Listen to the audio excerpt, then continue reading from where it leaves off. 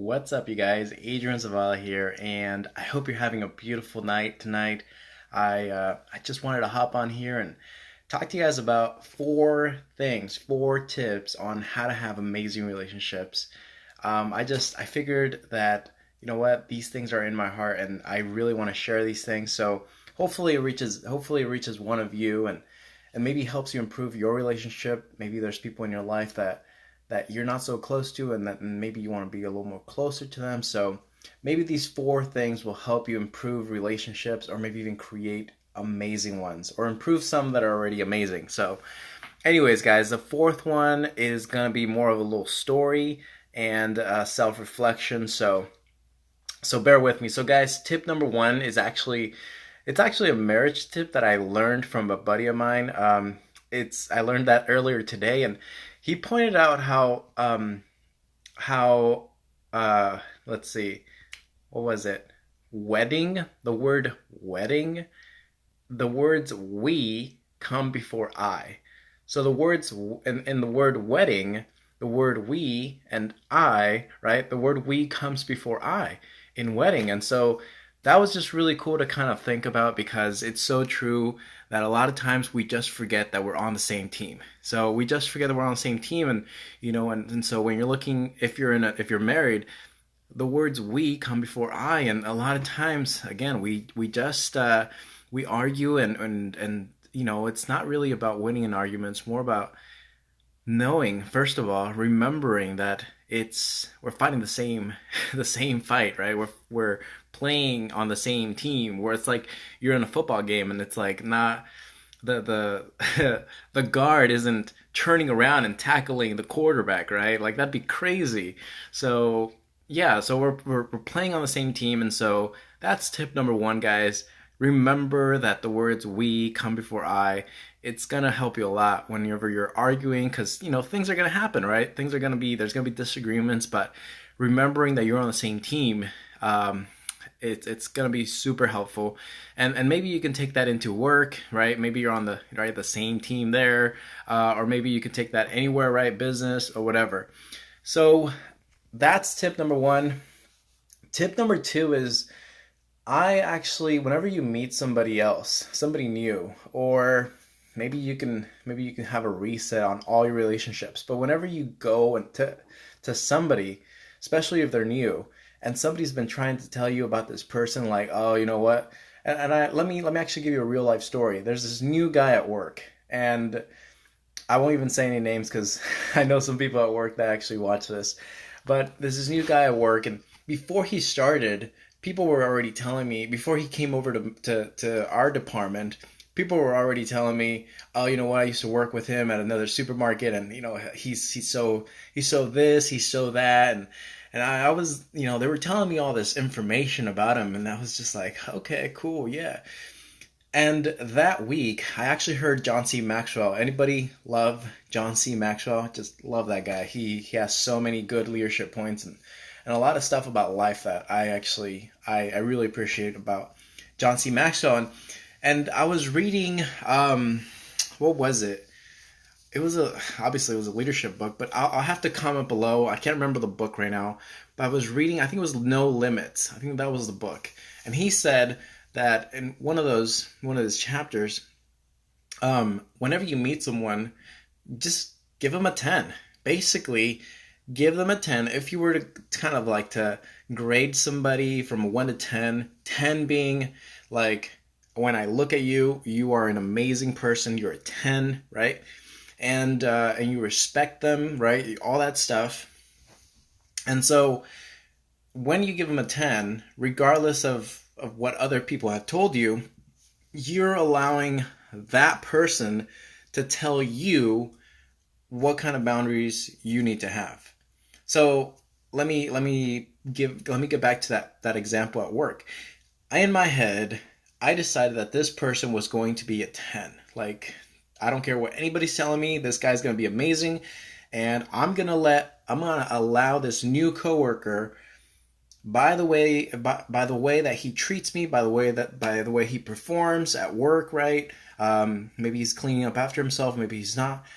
I'm going to allow that person to tell me how I should how I should, I guess, treat this person. And I never disrespect anybody. I never put anybody down. But there are certain boundaries that you gotta set for yourself. Otherwise, people will take advantage of you, right? And so, I love this saying. That reminds you of the saying, sometimes you got to burn bridges to keep the crazies on the other side, right? So I'm not necessarily saying that you need to burn some bridges, but you definitely need to know some boundaries. Have some boundaries, have some expectations for people. But like I said, it will really help you. For tip number 2, it's going to help you if you just go into a relationship with anybody that you meet, regardless of what you've heard, just go into it almost cynically in a positive way, where it's like, I'm just going to assume you're just amazing. And then you tell me who you really are, right? By the way that you treat me, by the way that I see you treat others, right? Not what I heard or whatever, right? So that is tip number 2. Give everybody a 10, the benefit of a doubt. And hopefully that's going to help you build new relationships, or if you want to go even kind of that extra mile, give everybody a 10 every day. Give everybody a 10. Let them tell you where they're at on, after you give everybody a 10. So that's tip number 2, guys. Tip, so far so good, right? So far so good. Thumbs up if you're watching the recording. So tip number 3. All right. So tip number 3 is kind of, let's see, it's more of a story, right? So let me think. Let me save that one for 4, right? I'll save that one for 4. So tip number 3, we'll save the story for tip number 4. Tip number 3, oh man, a lot of back and forth in my mind. So number 3 is know that people have you will always be, what I'm trying to say is you will always be the average of the top 5 people that you hang around with. Let me repeat that. You will always be the average of the top 5 people that you surround yourself with. And that could be, maybe you're like me where you're always on the go. And so you don't actually spend so much time with one person in particular, but you're always on the go. So maybe you spend time with somebody like that you listen to on a podcast, right? Like your favorite podcast or whatever. So like for me, I spent a lot of time with Ray Higdon. A lot of time. Anybody who knows Ray Higdon knows that he's a cool guy. So I listen to a lot of his podcast, right? And so that's just one example. I've spent a lot of time with him. I spent a lot of time. I'd say another top person is my wife. So I don't want to get into too much of that, but I definitely want to share with you guys that the top 5 people in your life will have an impact in the way that you think, in the way that you set the standards for yourself in every area of your life. So what that looks like is, have you noticed that maybe you started eating the way that your friends eat, right? Or maybe speaking the way that your friends speak, or dressing the way that your friends dress? I'd say it's very noticeable when you're growing up. Like when you're in high school, you kind of want to fit in. You almost do it out of like reasons for wanting to fit in. But yeah, so I hope that it's kind of a straightforward one, but you can go really in depth with that one, with the fact that people will influence you, and you will always be the average of the top 5 people that you surround yourself with. The best advice that I got from that, so I got that as a fact. So it's a fact that you will always be the average of the top 5 people that you surround yourself with. But as a way to follow that up, to actually help me, is the advice that I got was strive to be the dumbest person in the room.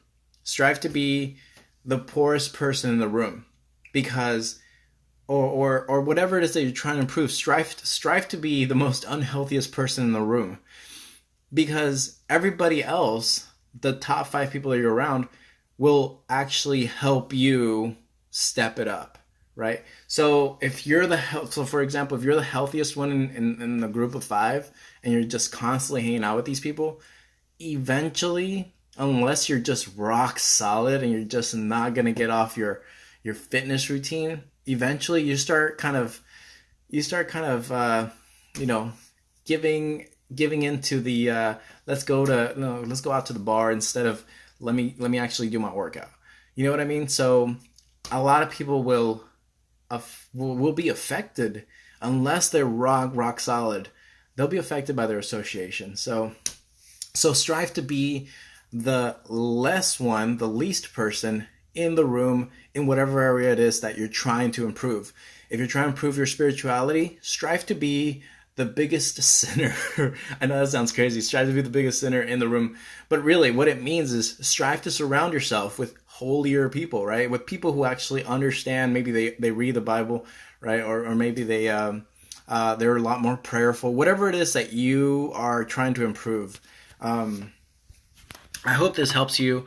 It's the same with business. Strive to be the person that is maybe less or just getting started in their journey, and then everybody else is just far ahead, right?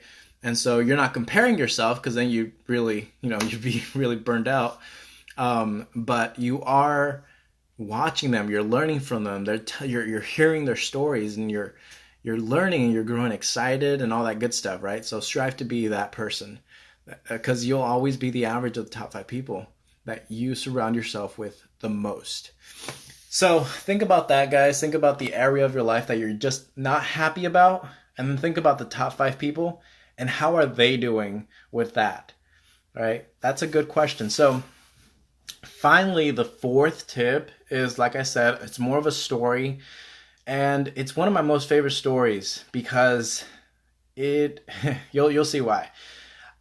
Basically, there's a story of this majestic mountain. It's just this beautiful mountain, and you've got this amazing eagle nest at the very top of this majestic mountain.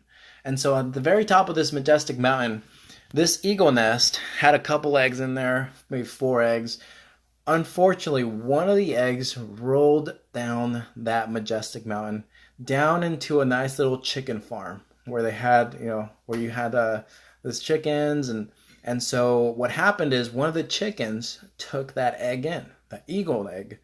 So the chicken took the eagle egg into its nest and kept it warm, because that's just, it was a nice little chicken and whatever. Kept the egg nice and warm. Well, finally that egg hatched, and obviously it was this beautiful eagle, this baby eagle. And it was born in this chicken den or whatever you call a place wherever you you have chickens. But it was in there, this chicken cage, and so this eagle grew up amongst these chickens, right? And it's kind of, it's eating what they're eating, it's doing what they're doing. It thinks it's a chicken. So this beautiful eagle, this powerful eagle, is just kind of living its life like a chicken. And then the eagle, that baby eagle, realizes, like, there's all these other eagles up there. It doesn't know that it's an eagle, but it's watching all these eagles up there, and it's like, it's out in the playground with all the other chickens, and it's like, oh my goodness, I wish I could just fly and soar through the skies like those eagles. I wish I could. It's so beautiful. It's just admiring those eagles, right? And when it's expressing itself, you got all these chickens laughing at it. It's like, you're crazy. You're a chicken. You are never going to fly like those eagles. You are not meant to soar the skies like that. You are not meant to flap your wings in that way and just look amazing up there in the skies. And you know what? This eagle, it grew up believing their lies. The people that were surrounding them, the chickens, it grew up believing those lies. And you know what? It died. That eagle died believing it was a chicken. Don't be a chicken, my friends. Surround yourself with eagles that believe in you, that encourage you, that tell you that you are capable of so much more. And guys, for the longest time in my life, I felt like I was a Ferrari stuck in traffic. I felt like there was just so much more that I could do, but everyone around me, they weren't really telling me that I was capable of so much more.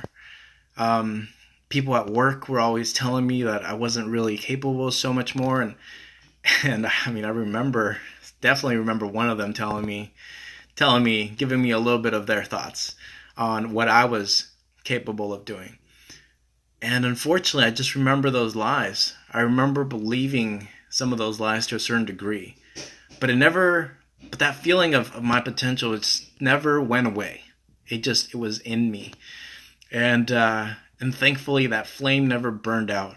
So I don't know if you're looking for new friends. I don't know if you're looking to surround yourself with a community of people who want to support you, who want to encourage you more, who want to show you what's possible, maybe with their own life story, show you what's possible with their own life story despite their challenges, and maybe inspire you and motivate you. If you are looking for a community like that, I actually belong to a group that is all about that. We're just fired up about our lives. We're fired up about making our future into the most that it can be, because we understand that there's gifts and talents within us that nobody else has, that there's a song within us that nobody else can sing.